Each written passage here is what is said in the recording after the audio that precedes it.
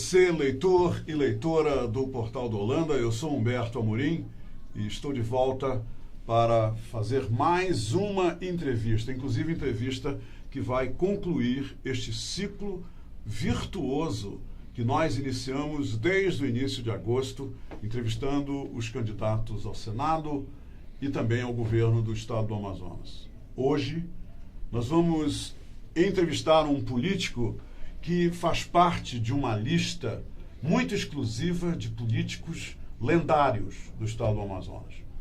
Nós temos, por exemplo, nessa lista, Fábio Lucena, Arthur Filho, temos também Bernardo Cabral, Jefferson Pérez e Gilberto Mestrinho. O governador do estado do Amazonas, Amazonino Mendes, indubitavelmente faz parte desta lista de lendários políticos. E, gentilmente, aceitou o nosso convite para vir aqui hoje conversar com a gente sobre as suas propostas, sobre os seus sonhos e, principalmente, conversarmos também um pouquinho, assim, de uma maneira bem descontraída sobre o seu histórico político. Então, fique aí, não vá embora, que daqui nós não sairemos, porque, com absoluta certeza, essa entrevista, além de todo o seu interesse, porque trata-se de um candidato ao governo do estado, e você é eleitor, e você é eleitora, essa entrevista também tem um viés de muita, mas muita importância. Eu volto já já.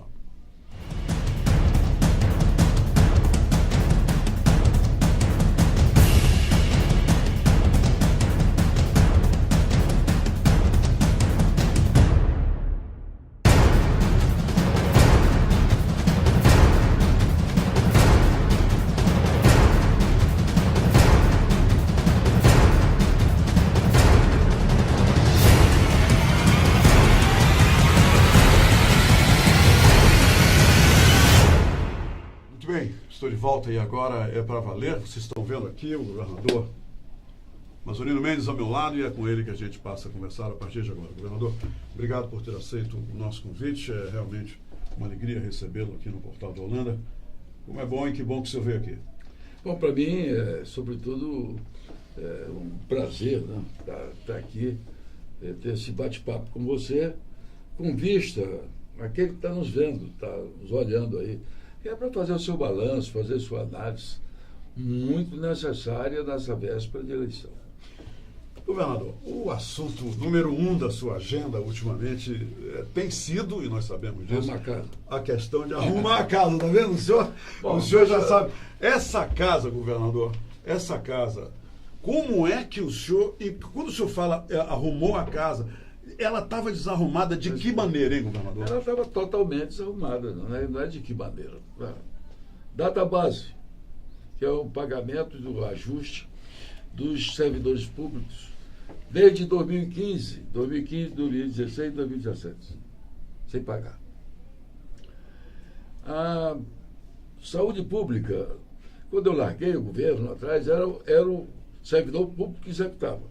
Mudaram o sistema, contrataram empresas, cooperativas, etc., e jogaram todo o processo de execução de saúde pública para esse pessoal, para essas empresas. Só que tinham 5 meses atrasados. Então não tinha saúde, era impossível. Então tem conversa, papo, furado. Sem entrar naqueles detalhes também, daquele lixo, né? Aquela pouca vergonha de maus caminhos, aquilo tudo. Independentemente daquilo tudo, que demonstrava exatamente o desacerto, a desarrumação total, contratos irregulares, pagamento por indenização sem contrato, é uma loucura, você não tem ideia. Bom, a economia em frangalhos, o Estado importou 400 milhões de reais de farinha, que abandonaram por completo o interior, não tinha mais nada. Nenhuma prefeitura conseguia um tostão de recursos do governo. Não tinha repasse, não tinha convênio, não tinha nada. Todas elas reclamando com as ruas esburacadas, as escolas caindo, os hospitais todos cheios de problemas, goteira da UTI. É um desastre. Bom, eu sabia Agora, confesso a você que está me ouvindo aqui, que eu não sabia que era tanto. Eu me matei de trabalhar. Agora, muita gente pensa, arrumar uma casa, quer dizer que está tudo maravilhoso, está tudo a mil maravilhas. Não, não é isso. Eu não é uma varinha de condão. O que eu estanquei foi a desarrumação.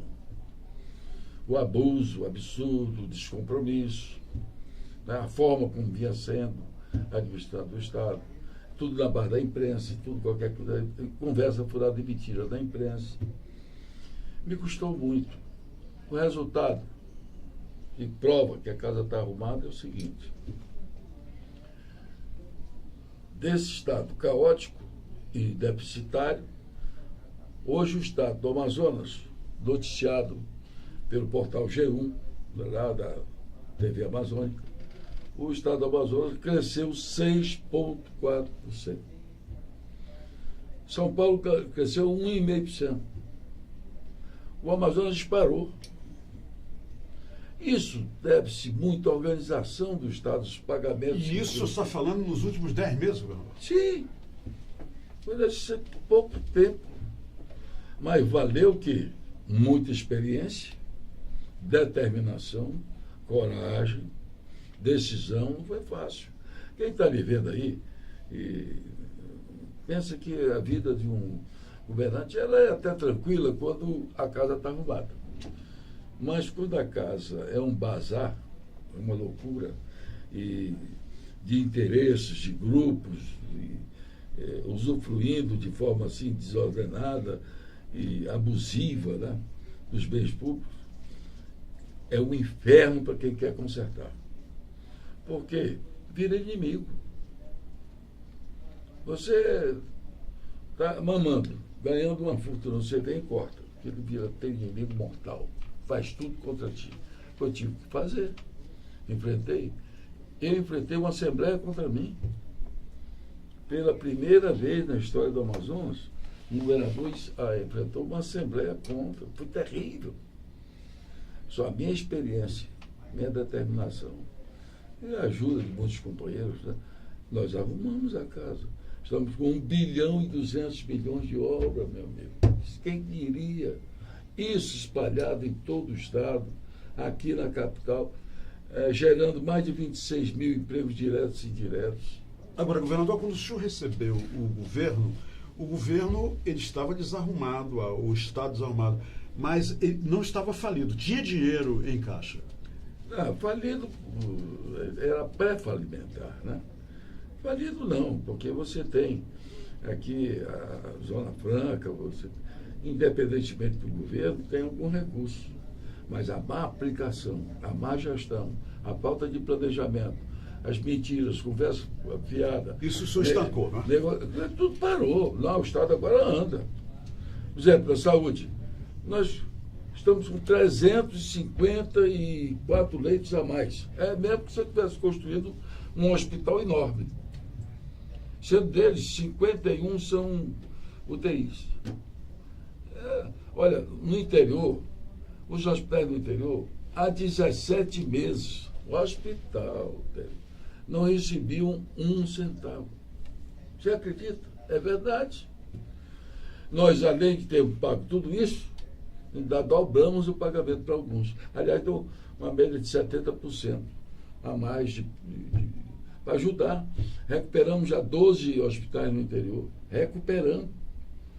E num passo de tempo e num ano eleitoral. Quer dizer, quando chegou a época eleitoral, eu não pude fazer mais nada. Tem 80 milhões de reais de implementos agrícolas para distribuir para o povo que está parado aí, por causa da justiça mandou parar. Tá? Que era para produzir mais farinha. A gente não importava, como importava 400 milhões de farinha. Olha, é difícil, governar é difícil, principalmente nos dias de hoje. É muito complicado. Eu imagino se, em vez do amazonino, que tem toda uma experiência, um outro tivesse assumido o governo tampão. Como é que estaria? Eu não sei. Eu não sei se teria condições de arrumar a casa. Governador, alguns. O senhor viu, quando eu abri a entrevista, eu falei que eu entrevistei os outros candidatos ao Senado, ao governo. E uma coisa interessante é que alguns dos seus adversários lhe cutucaram aqui sobre essa questão do Rodolfo Giuliani, esse seu contrato, quer dizer, do seu governo com o Rodolfo Giuliani, e que não vai resolver nada, e que a experiência é nossa, que ele não tem experiência da nossa realidade. Quer dizer, cutucar o senhor. Eu gostaria que o senhor nos desse agora a sua versão. Não, eu vou começar com uma pergunta. Eles que vão resolver? Nós aqui no Brasil vamos resolver? Eles alegam que sim, que pode ser resolvido com a inteligência e com conhecimentos nossos. Né? É o que foi alegado aqui. Tá bom. Muito bem, por que não resolveram até hoje? O Brasil inteiro. Por que o Brasil inteiro mergulha numa situação de angústia, verdadeira angústia? Aumenta cada vez mais a criminalidade no Brasil inteiro. E aqui, nunca deixou. Nos últimos 10 anos, aumentamos 101%. Somos nós? Os índices de violência. Não, peraí. Claro, somos nós que vamos, com esse desempenho medíocre, idiota, imbecil. Claro que não. Aí, de um lado. Do outro lado, você tem um exemplo internacional de enorme sucesso. Vamos dizer qual é, para quem está me ouvindo aqui entender bem. A cidade de Medellín, na Colômbia, tem 2,5 milhões de habitantes.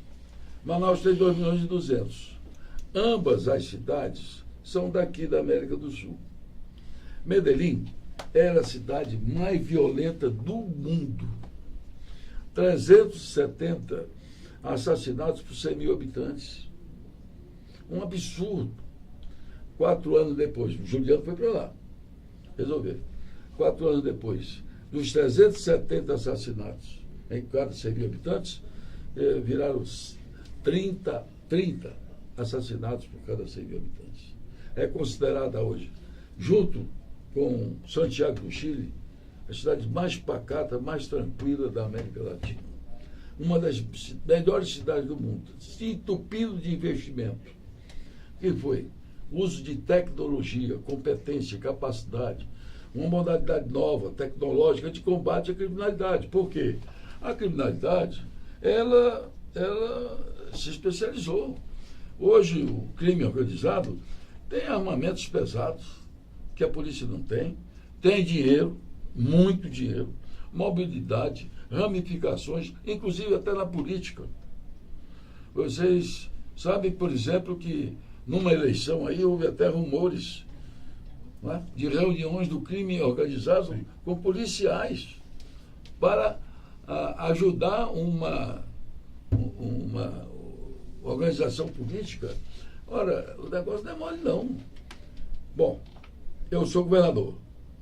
Fui governador pela 4ª vez. Tenho experiência. Eu sei que essa maneira comum da gente atacar o crime é enxugar gelo.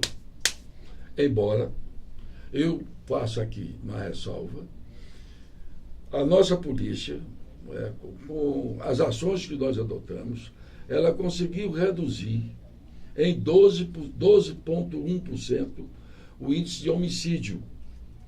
28% latrocínio. Latrocínio é o crime que é o roubo seguido de morte. Ela está agindo dentro do que é possível. O senhor conseguiu... Mas, só para concluir, mas eu não me iludo. Isso não é nada. A qualquer momento explode. Se entender mais ainda, o pessoal vai entender bem. O Acre se transformou num estado mais violento do Brasil. Como? É a fronteira com a Bolívia, com o Peru. Nós temos fronteira com o Peru e com a Colômbia, e com a Venezuela. Na Colômbia combateram o tráfico e eles estão vindo para cá, rapaz. Então esse pessoal quer criticar por criticar. O pessoal, aí pagou 5 milhões para enganar o eleitor, enganar o povo. Que são 5 milhões para salvar essas vidas. Idiota, coisas idiotas. Quantos desperdício de recurso idiota que fazem por aí? Nós estamos baseados no seguinte: 4 anos, Medellín se transformou. Eu quero esses 4 anos para Manaus. E eu não tenho dúvida. Quer dizer, nós temos esse prazo, então, que o Juliano pediu de 4 anos para também mostrar índices positivos. É isso, governador? Não é isso, não. É porque não existe variante de cordão. Por exemplo, hoje um candidato, qualquer candidato chega aqui da televisão E aí, olha, está errado aquilo, está errado aquilo, está errado aquilo, está errado aquilo, está errado aquilo, não pode ser assim, tem que fazer isso, não sei o quê, mas não diz como. Critica, impressiona quem está ouvindo, mas não diz como. Aí se dá o poder para ele, aí, que desastre. Foi o que aconteceu com o Collor no Brasil. O Collor, o bonitão Collor. Arrebentou, acabou com a gente. Governador, só teria pelo menos um tempo hábil para nós começarmos a sentir os efeitos desse envolvimento do Giuliani com o setor de segurança do Amazonas? Meu amigo, isso não existe. Isso é um encadeamento de ações. Está ocorrendo. Então, o trabalho está acontecendo. Agora, para ter o resultado, o efeito disso aí, são 4 anos, tem um período de maturação. Você não faz nada sem isso. Isso é uma coisa séria. Uma coisa... Ou então eu fui atrás de um homem que é advogado do Trump, ex-prefeito de Nova York, dos Estados Unidos. Esse cara aí fazer maracutaia no Amazonas, para ter graça um negócio desse? Não, isso é cabeça de político, que eu não acredito que sejam tão idiotas. Né? Na verdade, são maledicentes, de propósito, para confundir a população. Doutora, vamos fazer um rápido intervalo comercial, mas já estaremos com vocês, porque nós vamos continuar entrevistando o governador do estado do Amazonas e candidato à reeleição, Amazonino Mendes.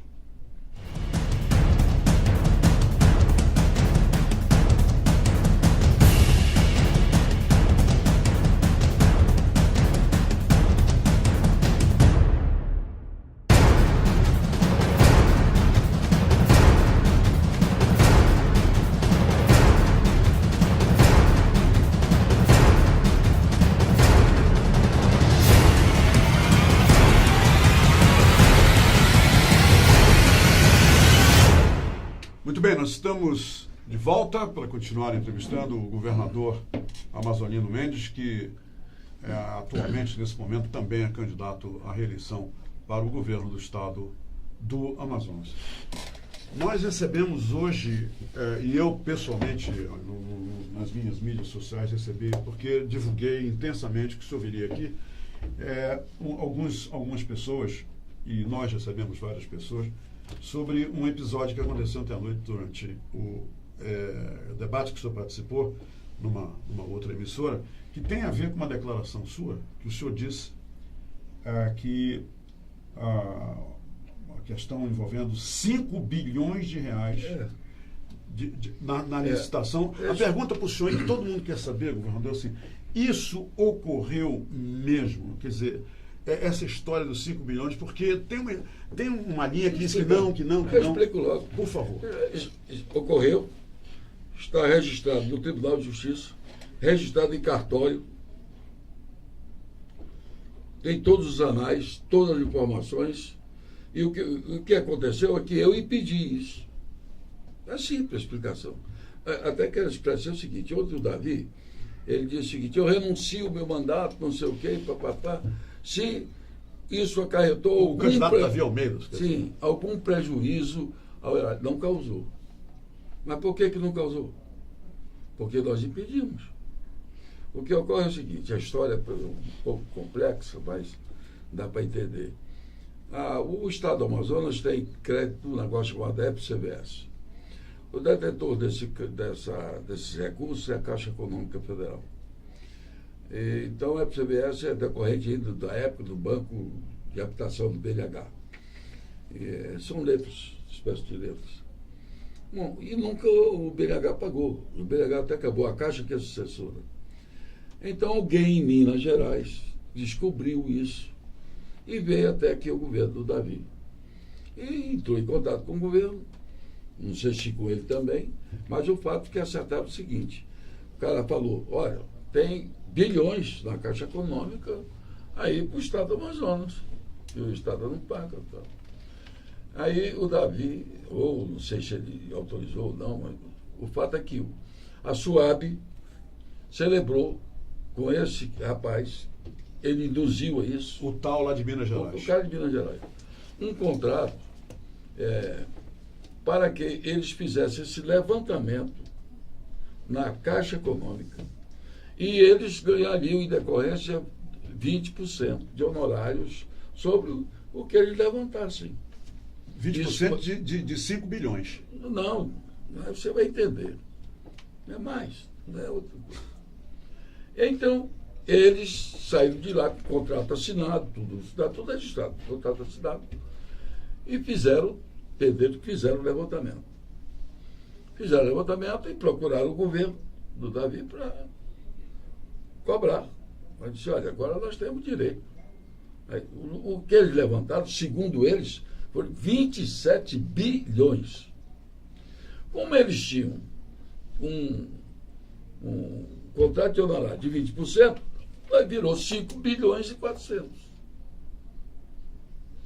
Eles foram para um cartório em Betim, em Minas Gerais, e registraram tudo em cartório, fizeram escrituração desses valores, inclusive de um advogado que eles usaram aqui, um coronel da PM, fizeram uma escritura de 200 milhões para esse coronel da PM. Na verdade, uma maracutaia vergonhosa que aconteceu com dispensa de licitação.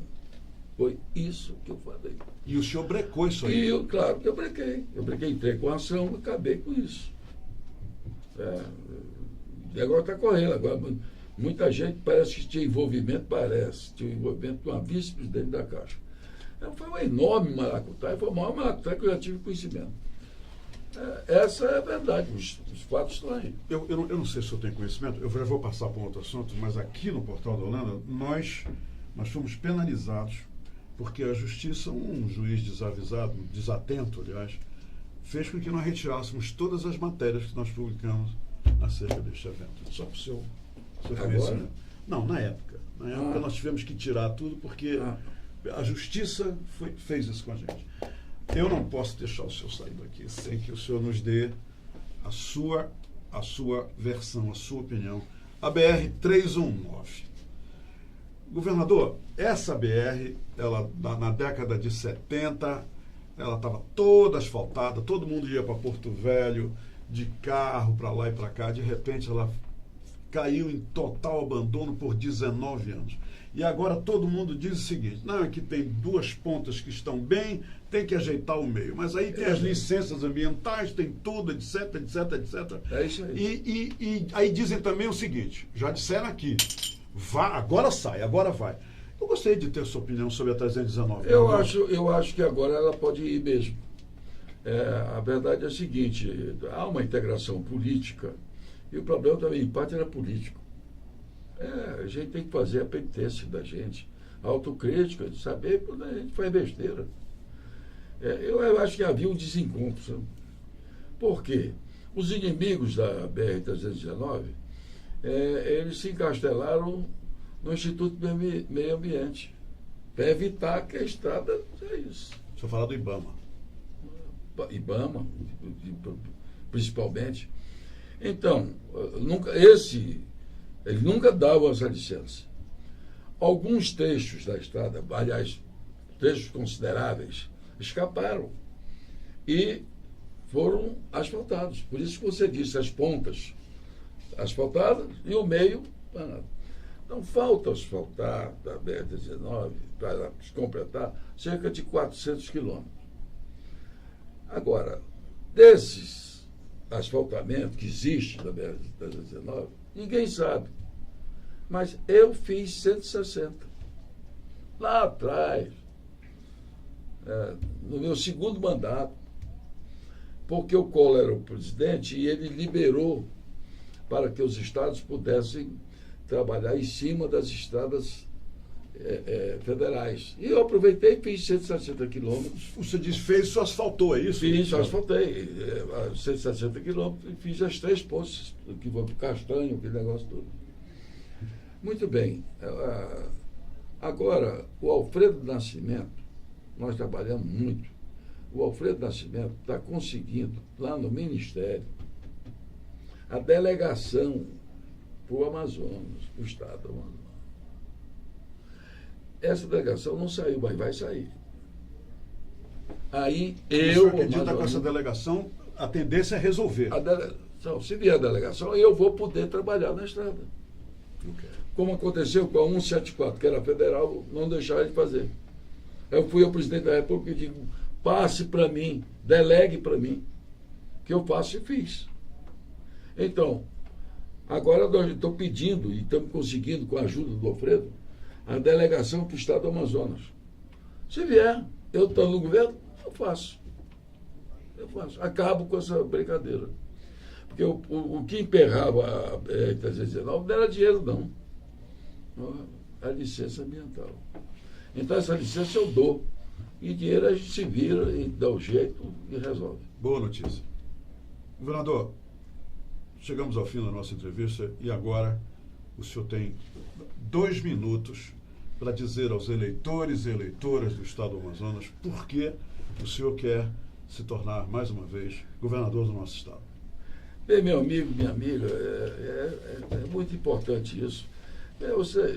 Eu arrumei a casa, eu não estou mentindo, não preciso mentir, não tem nada a ver. Vocês já me deram 4 mandatos de governador. Isso para mim não é fim do mundo, não. Sine qua non, eu desesperado, não, sou isso não.